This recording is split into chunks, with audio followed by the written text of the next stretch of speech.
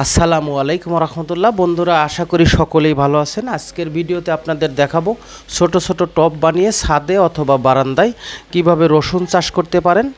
আপনারা জানেন শীতের আগ মুহূর্তে এই সময় রসুন চাষ করার উত্তম সময়। শীতের সময় রসুনের পাতা অনেকের মজাদার খাবার, তাই আপনারা ছোট ছোট টব বানিয়ে রসুন চাষ করতে পারেন। আমি কয়েকটি কর শিটে রসুন চাষ করব।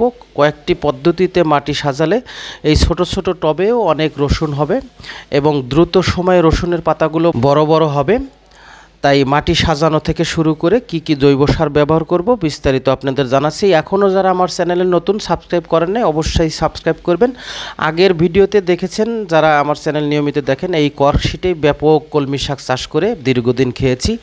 সেই কর্কশিটেই এখন কলমি শাকের সিজন না, সেই কর্কশিটেই সেই জন্য আমি রসুন চাষ করব। রসুন চাষ করার প্রথম শর্ত হলো পুরাতন টবের কেঁচোযুক্ত কিছু মাটি নেবেন এবং কিচেন কম্পোস্ট ব্যবহার করবেন, পাতা কম্পোস্ট ব্যবহার করবেন, মাটি অল্প ব্যবহার করবেন।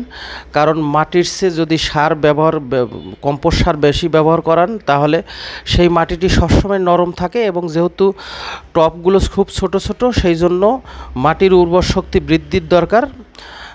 উর্বর শক্তি বৃদ্ধি পাওয়ার জন্য এই কয়েকটি সারই সবচেয়ে ভালো কাজে লাগে। সেই কর্কশিটে আমি কিছু পাতা দিয়ে প্রথমে ভরে দিব, তারপরে এই জৈব সারগুলো মিশানো মাটি সেই কর্কশিটে ভরে দিব। একেবারে কানায় কানায় ভরে দিব না, কারণ কর্কশিটের কিছুদিন পরে সেই পাতাগুলো সেই কম্পোস্টগুলো পচে কিছু জায়গা খালি হবে। এরপরে আমি দেশি রসুনও নিতে পারেন, ইন্ডিয়ান রসুনও নিতে পারেন। ইন্ডিয়ান রসুনে ঝাঁজ কম, শুধু পাতাগুলো খুব মোটা মোটা বড় বড় হয়, কিন্তু দেশি রসুনের পাতাগুলো চিকন হলেও সেই ঝাঁজ বেশি থাকে। সেই জন্য আমি একটি কর্কশিটে একটি কর্কশিটে ইন্ডিয়ান রসুন এবং আর দুটি কর্কশিটে আমি দেশি রসুন লাগিয়ে দিলাম।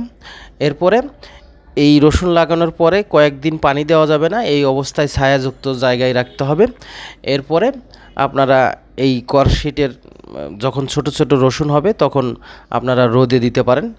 এরপরে অল্প অল্প করে পানি দিতে হবে। পানি দেওয়ার পরেই 15-20 দিনের মধ্যেই রসুনের পাতা গজানোর থেকে শুরু করে মোটামুটি বেশ বড়ই হবে। রসুন লাগানোর সময় একটি বিষয় খেয়াল করতে হবে, অবশ্যই উপরিভাগে রাখতে হবে, বেশি মাটির নিচে দিলে সেই রসুনগুলো পচে যাবে। তো আমি 15-20 দিন পরে রসুন লাগানোর 5-6 দিন পরের অবস্থা, মোটামুটি পাতা ছাড়ছে, অল্প অল্প করে পাতা ছাড়ছে। তো এই ছিল আজকের ভিডিও। পরবর্তী ভিডিওতে অন্য কোনো বিষয় নিয়ে কথা হবে এবং এই রসুনের পরবর্তী পরিচর্যা সম্পর্কে আপনাদের ভিডিও শেয়ার করব। সেই পর্যন্ত সকলেই ভালো থাকবেন। আল্লাহ হাফেজ।